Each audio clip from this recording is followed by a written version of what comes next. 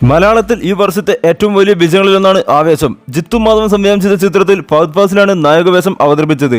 ഫഹദിന്റെ കരിയറിലെ ഏറ്റവും വലിയ വിജയമായി ആവേശം മാറി. ബാംഗ്ലൂരുവിലെ ഗ്യാങ്സ്റ്ററായ ഡങ്കൻ എന്ന കഥാപാത്രത്തെയാണ് ഫഹദ് അവതരിപ്പിച്ചത്. തിയേറ്ററിൽ വൻ വിജയമായി മാറിയ ചിത്രം ബോക്സ് ഓഫീസിൽ 150 കോടിയിലധികം നേടി.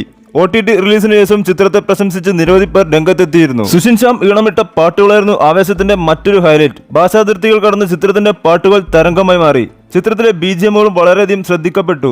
ഡബ്സി ആലപിച്ച ഇലുമിനാറ്റി എന്ന പാട്ട് സോഷ്യൽ മീഡിയകളിൽ തരംഗമായി മാറി. ഇപ്പോൾ ഇത് മറ്റൊരു റെക്കോർഡ് സ്വന്തമാക്കിയിരിക്കുകയാണ് ഇലുമിനാറ്റി എന്ന ഗാനം. യൂട്യൂബിൽ ഏറ്റവും അധികം ആളുകൾ കണ്ട മലയാള ഗാനം എന്ന റെക്കോർഡാണ് ഇലുമിനാറ്റി സ്വന്തമാക്കിയത്. 120 മില്യൺ ആളുകളാണ് യൂട്യൂബിൽ ഇലുമിനാറ്റി എന്ന പാട്ട് കണ്ടത്. വിനീത് ശ്രീനിവാസൻ സംവിധാനം ചെയ്ത 2022 റിലീസായ ഹൃദയം എന്ന സിനിമയിലെ ദർശന എന്ന പാട്ടാണ് ഇതിനു മുമ്പ് ഒന്നാം സ്ഥാനത്തുണ്ടായിരുന്നത്.